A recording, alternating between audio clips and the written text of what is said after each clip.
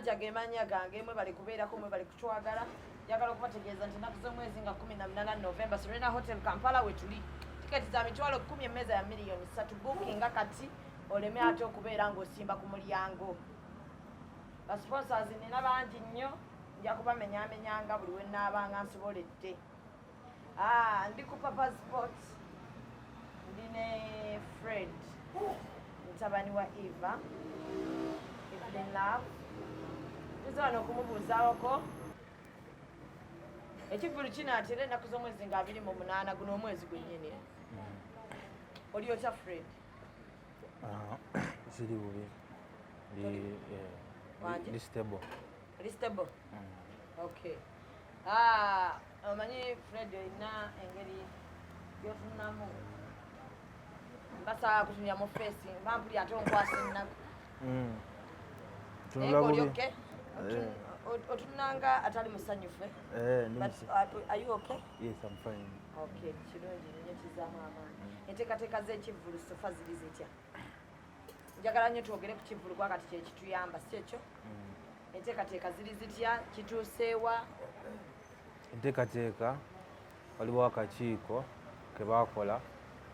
ne maama wange tannafa nga bagateeka kivvulu nga bagenda nga papasi y'ekivvulu kwali ku fundraising okuraisinga sente zigenda omuyambako mu ddwaliro n'okuteekawo ekigenda omuyambako okubeerawo nga takola nnyo tagenda nnyo ku shows then nekipapasi endala nti era yagala afunako percentage gy'ajjako agiteeke mu gundi mu savings za dialysis unit yaffe kuba balina emergency saving account nti baba bafunyemu kale omuntu afuna obwetaavu bw'ekintu nga yeetaaga ssente ez'amangu agenda n'ajjayo. Yes, asogenda n'azijjayo n'amala ekizibu kye n'obulamu ne bweyongera otambula. Abali kakiiko bakyaliko bonna? Yes, abali kakiiko bakyaliko bonna. Papa Misa Kisemakula, Dana n'abatanzi ne Bosa Serunkuuma. Bonna bakyaliko bulungi nnyo ddala. Ekyo kitambula bulungi? Nti tebannampa details naye wenkebeera mu WhatsApp group bakuba balina WhatsApp meeting nti ndaba nga bali positive era nga bagala kipushinga. Yes, babulamu kale omuntu omu wavaawo abadde coordinating mobilizing era kuba omuntu amobilizing abantu aba important nnyo nti baba taliiwo bano abantu baba tebagenda kukolagana wamu bulungi so baba bavuddewo kikendeza ambition yaabwe kikendeza moral gye balina mu kivvulu so nga nange ng'omuntu njiya kyensobola okukola kale bagita enthusiasm njiyimuse ekitegeera. Kati gwe maama walinga otambula naye buli lunaku kuba buli kivvulu nakulabanga ne maama kitegeeza wali omanya ebigendera bya maama eby'ekivvulu ng'era n'amaanyi ge yateekangamu wabeeranga naye ng'ogamanyi tosobola kukola nga maama bwe yalinga ayinza okukola nobeera ng'okubirako sisobola kubanga kale tukola emikwano naye relationship ze n'abantu be hanze sirina relationship n'abantu be kiri kiba between her and kale kujja kubamu concerned parties endala nti bo bakulumirirwa engeri gye bali mukwano gwe nga bo they reach out to you ne bagamba kino ne kino naye nze kiba kinzibuwalira to okureaching out kw'abo abantu kubanga relationship tebaddeewo nnyo nze nabo personal relationship. Okuyingira sente ziri mmeka? Details ezo sizimanyi nange ng'omuntu nga bwe nkugamba. Tebannata details za kivvulu sente mmeka okuyingira? Kuba simanyi baba bagenda ku posta enkadde kuba yali akola posta kanjogere pesa ezali ku posta ziri kuno babadde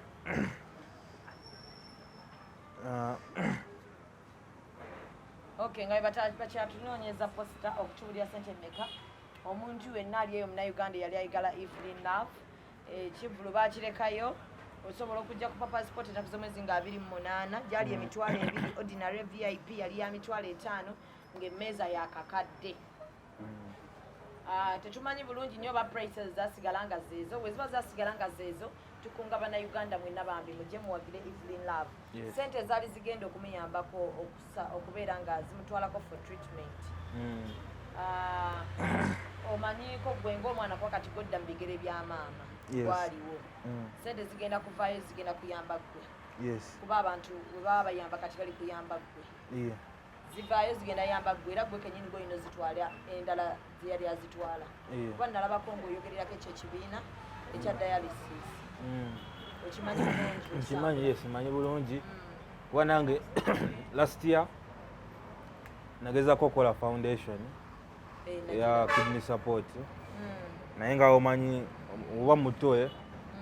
guidelines oba tozimanyi bulungi oba tomanyi wakutuukirira ate engeri kati nze mbadde sisoma nnyo nga language gye bakozesa paperwork biki nga sigitegeera bulungi so nga neetaaga obuyambi ku ekyo kuba ye yanyambako last year wali World Kidney Day nze naye njagala wabeereyo annual festival ey'okuba fundraisingira ku World Kidney Day tufune engeri gye tubakuŋŋanyizaamu ssente then tutandika wiiki eddaako tutandika obbakyalira mu malwaliro nga bwe tubayambako then nga tukola ne campaign za awareness nga tugenda mu masomero nga tukola awareness campaigns nga tuteka different measures okulaba nga tuyamba abalwadde bano ab'ensigo kati last year kyetwa accomplishinga omange yagenda nga nakola zi live weyakola nga live abantu nebakuŋŋanyako ku busente era last year twakuŋŋanya $1,000,000 tuziteeka mu akawunti yaabwe then ezasigalawo ne bazibaguliramu buno obuntu obusookebwako plaster spirosin obawo obuntu obwo butyubu buno bugoba infection budagaladagala yes bonna obumanyi kati omuntu ali Fred nga yandyagadde okuyamba Fred ye ng'omuntu ng'ogyeko ebyekivvulu omuntu singa akuwa chance ekuzza mu ssomero oba ekutwala ebweru okubaako kyokola osobola ojjaniriza yes nti omuntu oba ayagala nsome nti nze ndi willing osoma era ndi capable okuyitira ddala waggulu wemba mu mindset eri wakikunyonyola entya nga ndowooza bulungi